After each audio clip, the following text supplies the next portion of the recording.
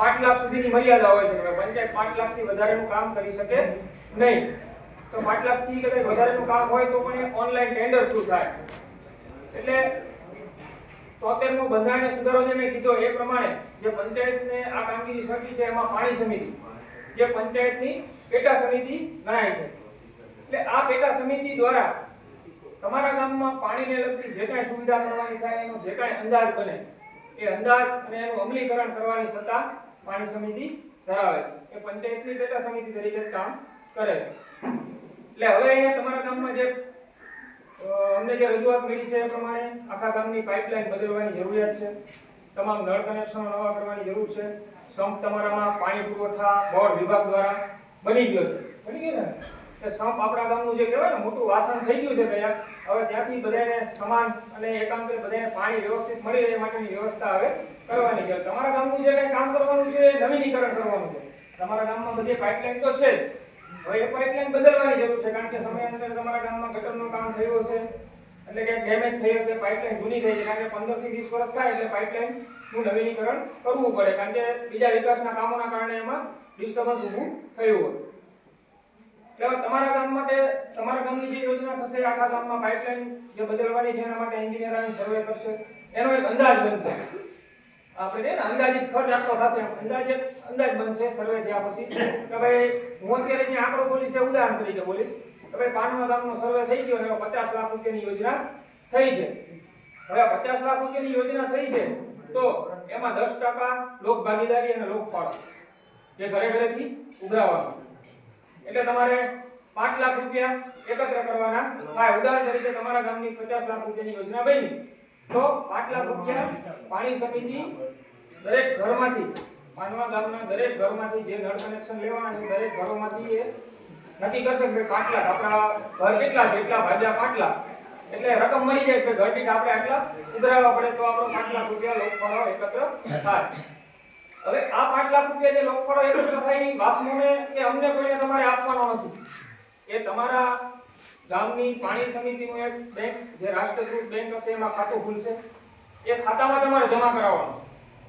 પછી પાણી સમિતિ માની લો છગનભાઈના ઘરેથી 500 રૂપિયા કે 1000 રૂપિયા ઘર દીઠ લીધા આપે તો એને પાણી સમિતિ એક પાકી પહોંચ પણ આપશે કે ભાઈ આ ગામનું જે કાંઈ પાણીને લગતું કામ કરવાનું છે એમાં લોકફાળા પેટે છગનભાઈ પાસેથી 1000 રૂપિયા લોકફાળા પેટે મળેલા છે એવી પાકી પહોંચ પણ આપશે. એટલે આ બધી પ્રોસેસ થવામાં 6 મહિના જેટલો સમયગાળો લાગશે કારણ કે હમણાં અત્યારે જે વાસ્મોમાં જે કહેવાય ને કે પ્રવર્તમાન અત્યારે જે ચાલુ કાર્યક્રમ છે ઓગમેન્ટેશન ટેપ કનેક્ટિવિટી છે. તમે બધા નલ સે જલ યોજના વિશે સાંભળ્યું હશે. નલ સે જલ કાર્યક્રમ હેઠળ હવે અત્યારે સરકારે એ કાર્યક્રમ હેઠળ યોજના મંજૂર કરવાનું સ્થગિત કરી દીધું એટલે કાર્યક્રમ પૂરો થઈ ગયો છે. હવે જે અત્યારે અમલીકરણ કાર્યક્રમ છે ઓગમેન્ટેશન ટેપ કનેક્ટિવિટી કાર્યક્રમ છે એટલે આ કાર્યક્રમ હેઠળ લોકફાળો ફરજિયાત છે. નલ સે જલમાં સરકારશ્રીએ લોકોના હિત માટે નાના મોટા કામ માટે લોકફાળો માફી પણ કરેલી છે અને લોકફાળા વગર પણ કામ થયા છે કારણ કે નળ સે જલમાં એવું સરકારે એવું કીધું કે આપણા રાજ્યમાં કોઈ પણ ઘર છેવાડા સુધીનું કોઈ પણ ઘર નળ કનેક્શન વગર બાકી રહી જવું ના જોઈએ એ વ્યવસ્થા ઊભી કરવાની હતી. એટલે નળ સે જલમાં લોકફાળો નથી લેવામાં આવ્યો. પણ હવે જે આપણે કામ કરવાનું છે આપણા ગામની જે કઈ યોજના બનશે એના 10% લોકફાળાથી કામગીરી થશે. વખતો વખત 2002 થી વાસ્મોની શરૂઆત થઈ છે એટલે એમાં ઘણા બધા પ્રોજેક્ટ આવી ગયા. પ્રોજેક્ટના નામ બદલાતા હોય છે પણ કામગીરી એક જ હોય છે કે પાણીની વ્યવસ્થા આંતરિક પાણીની વ્યવસ્થા ઊભી કરવાની. એટલે અત્યારે જે ઓગમેન્ટેશન ટેપ કનેક્ટિવિટી જે કાર્યક્રમ અત્યારે શરૂ છે એ કાર્યક્રમમાં અમારી વડી કચેરી જે ગાંધીનગર એ લેવલથી એક 25 મુદ્દા છે. એટલે આપણે એને કહીએ ને કે 25 પગથિયા ચડ્યા પછી આપણા ગામની યોજના બને. એટલે એ પૈકીનું આજે આપણે ત્રીજું પગથિયું આજે અહીંયા ચડ્યા છે કારણ કે અમે અગાઉ પણ એક બે વખત આવી ગયેલા છીએ. આ ગ્રામ સભાથી આપણે ત્રીજું પગથિયું એટલે હજી આપણે 22 થી 23 પગથિયા એ પૂરા કરવાના છે.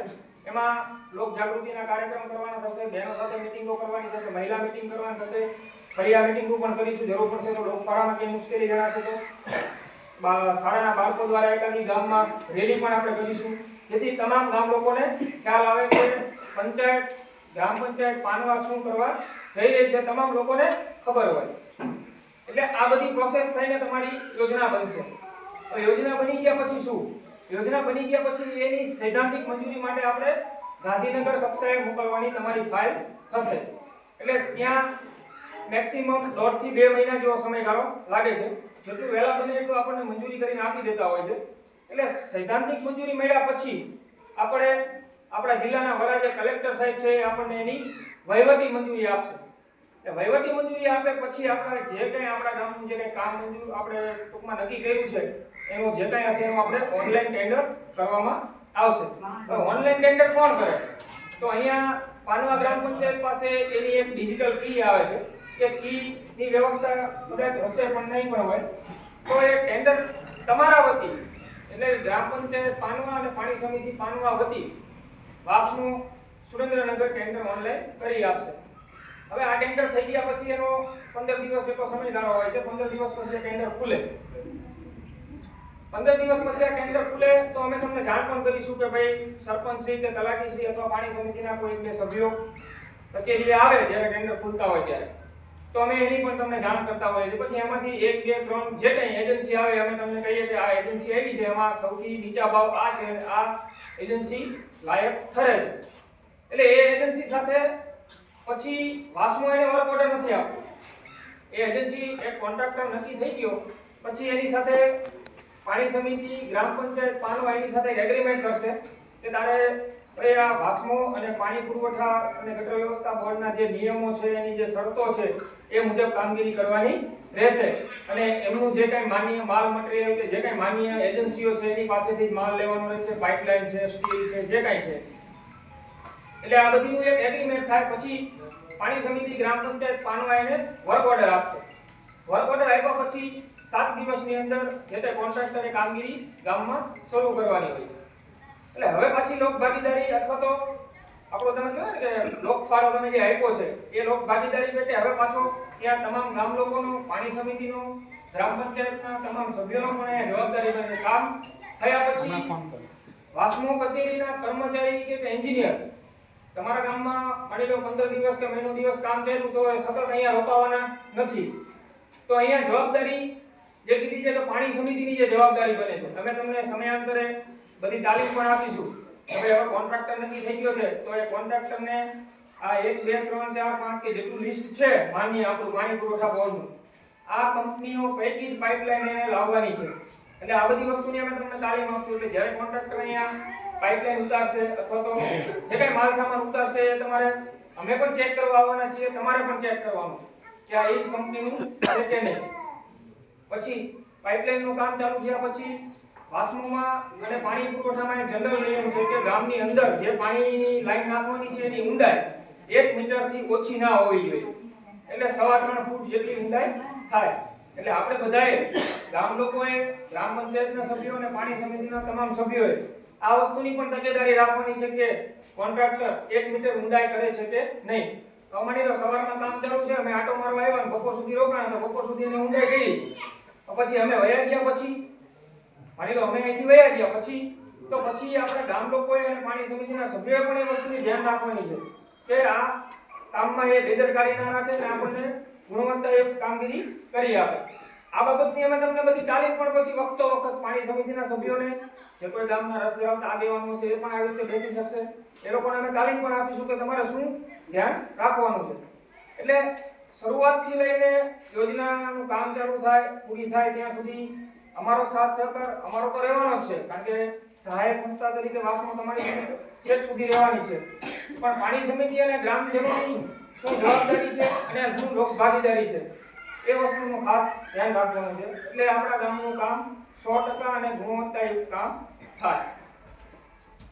બીજું, હવે તમારા ગામમાં ઘણી જગ્યાએ હું થોડીક અમુક ચોખવટ પણ કરી દઉં કે ઘણી વખત પછી આવો પ્રશ્ન આવે કે ભાઈ સીસી રોડ હતો તોડી નાખ્યો, પાઇપલાઇન નાખી દીધી, કોન્ટ્રાક્ટર રિપેર નથી કરતો. તો વાસ્મોમાં અત્યારે હાલ પૂરતી જે કાંઈ એસ્ટિમેટ બને છે એમાં રિપેરિંગની જોગવાઈ નથી. એ જે તે ગ્રામ પંચાયતે પછી એની અન્ય કોઈ ગ્રાન્ટમાંથી અથવા સહમંડળમાંથી રિપેરિંગ કામગીરી કરાવવાની થતી હોય. એટલે ઘણી વખત અમારે અમુક ભૂતકાળના એવા અનુભવ પણ થઈ ગયા છે કે કોન્ટ્રાક્ટર લાઈન નાખીને સીસી રોડ તોડે પછી અમારે ત્યાં અરજી આવે સાહેબ આ તો અમારા રોડ તોડી નાખ્યો ને આ તો રિપેર નથી કર્યો ને. એટલે આ બધી વસ્તુમાં પણ તમારી લગભગ અત્યારે હું એટલા માટે કહું છું કે જ્યારે તમારા ગામમાં કામ શરૂ થશે ત્યારે તમે આ બધા પ્રશ્નોથી તમે વાતે પૈસો અને તમને ખબર હશે કે મારે શું ધ્યાન રાખવાનું છે ને આ વસ્તુની જોગવાઈ હાલ પૂરતી અત્યારે વાસ્તવમાં નથી. કદાચ કાલ સવારે પરિપત્ર થાય પણ ખરો કે ભાઈ હવે રોડ રિપેરિંગ કરવાનું આપણે એસ્ટિમેટમાં લેવાનું, આવું થાય પણ ખરું, પણ અત્યારે હાલ પૂરતી આવી કોઈ જોગવાઈ વાસ્તવમાં નથી કે એસ્ટિમેટમાં આપણે આરસીસી નું રિપેરિંગ અથવા પેવર બ્લોક કે ઉખાડે તો એને રિપેરિંગ કરવાનું અથવા ઇન્સ્ટોલ કરવાનું જોગવાઈ હાલ પૂરતી અત્યારે આપણા એસ્ટિમેટમાં નથી. એટલે આ બધી વસ્તુથી તમે બધા વાતે કહો. હવે તમને કઈ પ્રશ્ન હોય તો મને તમે પૂછી શકો છો. હું મારો પૂરેપૂરો પ્રયત્ન કરીશ તમને સંતોષકારક જવાબ આપવાનો.